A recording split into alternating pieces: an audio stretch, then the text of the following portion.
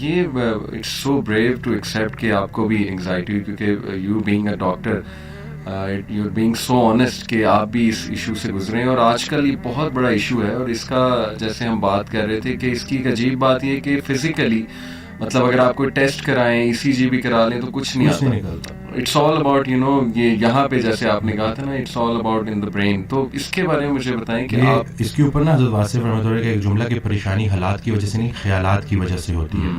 اور مجھے ایک جملہ ڈاکٹر صاحب کا بڑا پسند ہے کہ ایک ایب نارمل دماغ کو ایک نارمل دماغ ٹھیک کر سکتا ہے جو کبھی ایب نارمل رہا ہو، جو ریلیٹ کر سکے. اس وقت میں سوچ رہا تھا کہ یا اللہ مجھے ان چیزوں سے کیوں گزار رہا ہے، کیونکہ انسان گلہ کرتا ہے نا، سب کچھ تو ہے پھر، لیکن وہ حقیقت میں سب کچھ اپنے اوپر ورکوہولک بن جاتا ہے بندہ. عبادات نہیں تھی اور مطلب پوری اس ایکویشن میں اللہ کے علاوہ سب کچھ تھا. وہ برائے نام ایکسرسائز تھی لیکن وہ بلیو اپنے نہیں آپ تھا، کو آکوپائی کرنے کی کوشش کرتا ہے سپر ڈوپر بندہ. تو وہ اور کہتے ہیں نا اپنی حیثیت سے زیادہ نام پھیلاؤ گے تو پریشان ہو جاؤ گے. تو ہاں اللہ کے ساتھ تعلق قائم ہو تو پھر ان پریشانیوں سے بندہ نا، آتی ہیں پریشانیاں کیونکہ اللہ کی طرف سے، لیکن ان سے نکلنا آسان ہو جاتا ہے. میرا جو 3 سال ہے نا وہ بڑی پینفل جرنی ہے، کیونکہ میں مطلب کبھی ایک دروازے پہ کبھی دوسرے دروازے پہ، پھر ٹیسٹ کراؤ، ٹیسٹ میں کچھ بھی نہ نکلے، پھر خود سے کویشچن کرو، پھر اچھا پھر یہ ہو جاتا ہے کہ ڈاکٹرز بھی تنگ پڑنا شروع ہو جاتے ہیں. وہ کہتے ہیں کہ پتہ نہیں یہ پھر آ گیا ٹائم ضائع کرنے. اب میں وہ کسی کو بلکہ پاکستان اور انڈیا کا میچ ہو رہا تھا تو میں باہر کھڑا تھا ایک دکان کے، اور میں باہر سے جو ہے وہ میچ دیکھ رہا، تو مجھے وہ لوگ اشارہ کرے کہ اندر آ جائیں. تو مجھے سوشل انگزائٹی ہو گئی تھی اتنی زیادہ کہ میں لوگوں کو اوائڈ کرتا تھا. اور آپ سوچے کہ ایک جم ٹرینر جس نے بند جم کے اندر کلائنٹس کو ٹرین کر رہا ہے اور وہ اس جگہ پہ بالکل اس کا دم گھٹتا تھا. تو پھر یہی ہے کہ آہستہ آہستہ مطلب اس کا جو علاج جو میں بولوں گا وہ یہی ہے کہ چیزوں کو لیٹ گو کرنا اور اللہ کے سپرد کرنا، کہ بھائی جو کر رہا ہے اللہ کر رہا ہے اور جو اللہ کر رہا ہے ٹھیک کر رہا ہے. جب ہم اپنی، جیسے مجھے ایک فیئر آف ڈیتھ بیچ میں ڈیولپ ہو گیا، اب موت سے زیادہ خطرناک موت کا ڈر ہے. تو میں نے حضرت واصف رحمۃ اللہ کی ایک آڈیو سنی تو اس میں کہتے ہیں کہ موت تو زندگی کی حفاظت کرتی ہے اور یہ وقت سے پہلے آ نہیں سکتی، وقت کے بعد زندگی ٹھہر نہیں سکتی، تو تم پریشانی کس چیز کی لے رہے ہو؟ فضل یہ نہیں ہے کہ انسان موت سے بچ جائے، فضل یہ ہے کہ موت آسان ہو جائے، چلتا پھرتا رہے، راضی رہے. کسی نے ان سے پوچھا کہ مجھے کیسے پتا چلے گا کہ اللہ مجھ سے کتنا راضی ہے؟ تو کہتے ہیں کہ جتنا تم اللہ سے راضی ہو اتنا اللہ تم سے راضی ہے. تو بس اس میں یہی ہے کہ گلے شکوے، اب دیکھیں اللہ کا دیا ہوا غم وہ بھی کسی وجہ سے آیا ہے، وہ اللہ کے قریب کرنے آیا ہے، وہ کوئی انسان دور نہیں کر سکتا. ہم کیا کرتے ہیں؟ ہم لوگوں کے سامنے چلے جاتے ہیں، پتہ ہے میرے ساتھ یہ ہو رہا ہے، مخلوق کا گلہ خالق سے، خالق کا گلہ مخلوق سے، اور پھر وہ نیگیٹیوٹی بڑھتی ہے اور وہ جسمانی شکل اختیار کرتی ہے. تو بس بہترین حل یہی ہے کہ رہنا ہے ہر حال میں راضی، اللہ سنگے جیون بازی. کیا بات. تو بس یہی فارمولہ ہے. اور غم، انگزائٹی، ڈپریشن یہ ساتھ ساتھ چلتے ہیں بعض اوقات نا. تو ڈپریشن بھی اگر اس کو ہم ایب نارمل سیڈنس بول دیں تو ایب نارمل سیڈنس یہی ہے کہ اللہ کی مرضی اور اپنی مرضی میں جو فرق کا نام ہے وہ غم ہے. جیسے میرے پاس نا یہ سٹوریز ہیں کیونکہ مجھے میرے پیشنٹس نے بڑا حوصلہ دیا لوگوں کو، کیونکہ میں اس کو بھی ایڈمٹ کروں گا کہ لوگ سمجھتے ہیں جیسے میں پیشنٹ، یہ دو طرفہ ہوتی ہے. مجھے ایک ڈاکٹر کا جملہ بڑا پسند ہے کہ یہ جو کنسلٹیشن ہوتی ہے نا، یہ 2 پروفیشنلز کی میٹنگ ہوتی ہے. زبردست. ٹھیک ہے. تو اس میں اس دن ایک صاحب آئے، انہوں نے اپنی سٹوری بتائی کہ میرا 14 سال کا جو ہے بیٹا تھا جو کہ اسپیشل تھا، جو نہ بول سکتا تھا نہ سن سکتا تھا، اور وہ ڈوب گیا. اور اس بات کو کافی ٹائم ہو گیا، لیکن جب بھی مجھے یاد آتا ہے تو میں روتا ہوں. تو مجھے ڈر ہے کہ کہیں میں اللہ کا گلہ تو نہیں کر رہا. تو میں نے کہا کہ نہیں، قرآن پاک میں تو باپ کی بیٹے سے محبت کو اللہ نے بڑا پسند کی ہے، لیکن آپ مجھے بتائیں کہ جب آپ کو بیٹا یاد آتا ہے آپ کو اللہ یاد آتا ہے؟ کہتے جی. تو میں نے کہا یہ در تو آپ کو اللہ کے قریب کر رہا ہے. تو پھر وہ کہتے جی ہاں، مجھے اللہ نے ابھی پوتے بھی دے دیے اور نواسے بھی دے دیے. میں نے کہا اصل میں نا ہم وہ پرانی چیزوں پہ اڑے رہتے ہیں اور اس سے نکل نہیں پاتے.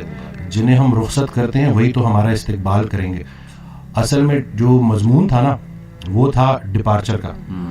ہم ارائیول کو لے کے بیٹھے ہیں، ہماری ساری پرابلمز اس دنیا سے ریلیٹڈ ہیں، اتنے اس کے ساتھ الجھ گئے ہیں کہ اب سنبھالا نہیں جا رہا. ہم زندگی گزار رہے ہیں اور زندگی کو نہیں سمجھ سکے تو ہم مرے بغیر موت کو کیا سمجھیں گے؟ جسے ہم موت سمجھ رہے ہیں ہو سکتا ہے وہ عین زندگی ہو.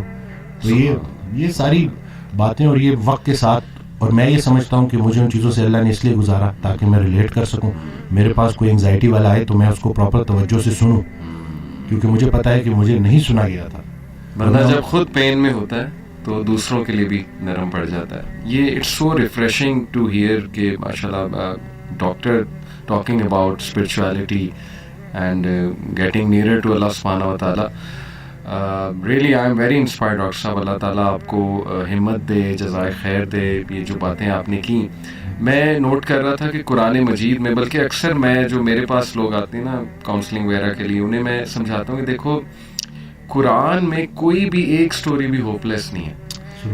دنیاوی نتائج کے حوالے سے بھی, ایک تو ہے نا اخروی نتائج کے حوالے سے تو ہوپ لیسنس ہو ہی نہیں سکتی مومن کو, دنیاوی نتائج کے حوالے سے ہوپ لیسنس نہیں ہے. آپ دیکھیں حضرت یعقوب علیہ السلام, ان کا غم اس لیول کا تھا کہ اتنا روئے کہ اندھے ہو گئے, لیکن ایٹ دی اینڈ بیٹا بھی واپس ملا, بادشاہ بن کے واپس ملا, اور بینائی بھی واپس آئی.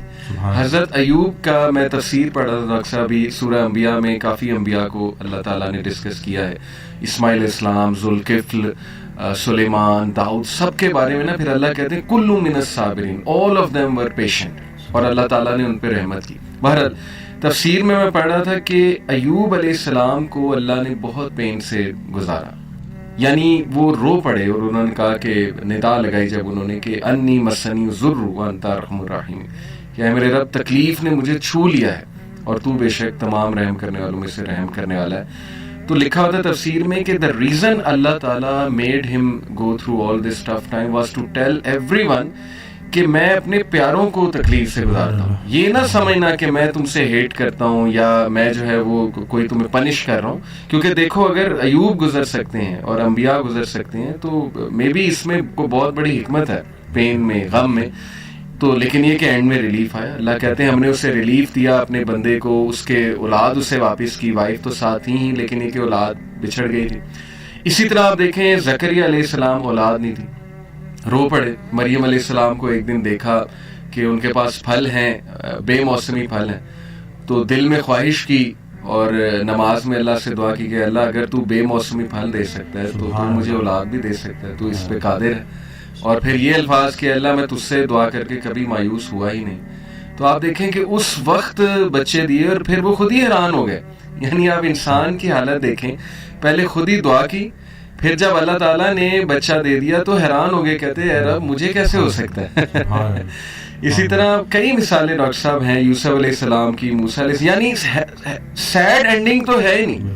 میں ہمیشہ انہیں سمجھاتا ہوں کہ دیکھو اللہ سے امید انسان سے لگاؤ گے تو سیڈ اینڈنگ ہے, وہ پھر سیڈ ہوگی. اللہ سے امید لگاؤ گے تو کوئی نہ کوئی ریپلیسمنٹ آ جائے گی, کوئی نہ کوئی راحت آ جائے گی, کہیں سے کچھ آ جائے گا, اللہ سنبھال لے گا. قائم ذات سے محبت کرو تم بھی قائم کر دیے جاؤ. تو قائم ذات سے محبت کرنی ہے. اور باقی اکثر میرے پاس بھی آتے ہیں تو کہتے ہیں آپ موت سے, کیونکہ موت ہر کسی ڈر تو لگتا ہے نا, کسی ہم لوگوں کا تو کانسیپٹ اس طرح سے, تو کہتے ہیں کیا مطلب بس موت کا. میں نے کہا نہیں, زندگی کا شکر ادا کرنا ہے, موت کا انتظار کرنا ہے. زندگی کا شکر ادا کرنا ہے, موت کا انتظار کرنا ہے, کہ لائف گزارنی ہے, اور لیکن اس کے ساتھ کچھ زیادہ پکا پلان نہیں بنانا ہے یہاں کا.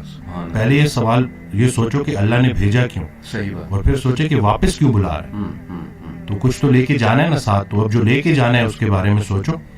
کرنے والے کام ہے کر ڈالو, اور خوشیاں, سکون, آسانیاں ڈھونڈنے سے نہیں ملتی, دینے سے ملتی ہیں. جب آپ دینا شروع کر دو. کہ اس دن میں ایک آڈیو سن رہا تو کسی نے پوچھا کہ تقدیر کیا ہے, تو کہتے ہیں سوال آپ کا تھوڑا میں چینج کر دیتا ہوں, آپ کا سوال یہ ہونا چاہیے کہ بائی چانس ہے یا بائی چوائس ہے. تو بائی چوائس اس میں یہی ہے کہ آپ کی تقدیر دعاؤں میں پوشیدہ ہے, اور دوسروں کی دعاؤں میں.